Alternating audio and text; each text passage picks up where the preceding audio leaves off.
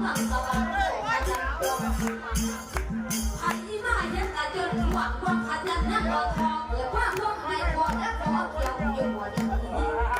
ดีและขอเกี่ยวอยู่บ่ดีทานผู้ฟังลำเดินคอยทานสุขีสุขังตลอดอันว่าทานเมื่อหอบบ้านเกิดเมืองสวรรค์ในไอ้เอาบ่ที่หอบคุณยิ่งเด่นที่แท้ที่หอบคุณยิ่งแน่นั่งแล้วพดกับเด็กไอ้แก่ยังแน่ละกันไอ้ยังน้องไม่แน่เฮ้บางให้เนื้อไอ้ยังน้องไม่แน่เฮ้เพื่อว่าพี่ดูสักคัดมาไล่ดูแล้วเขาหอย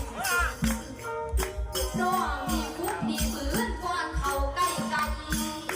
อ้ายเอาเงินก่อนให้คือว่าใบ10,000มีแต่ต้องสุขสันต์ด้วยกันให้อ้ายมีเงินหมื่นอย่าบาดดอนตายถือไว้มาทานามีราคาสูงเหลือเกินสร้างให้ยังคอยเกิดแต่ก็บอกคนขอให้ดีในเลิศจะเลิศดีกว่าแต่เก่าสาธุเลิศไปเจ้าอย่ามีเศร้าเก่าไปเสียมีเศร้าเก่าบาดกับผู้ดีเกี่ยวล่างกันมาให้คือว่าเบาเสียไล่กันมาเอาใจใส่เสียหลอกเสียล่างก็ให้ได้เป็นไปนักเบาเสียไล่เขาเ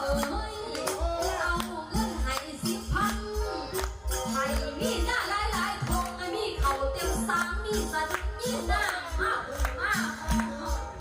ให้อายมีเงินก่อจะหาพวกเราจะไปยังควายได้ถูกบาให้ที่ได้เป็นนางป่าขนาดที่นางจะเป็นผู้มีบทเรียนสักสูงเล่นสักสูงเล่นเสียงเพลงคืบหน้าจะเลิกการเรียนก่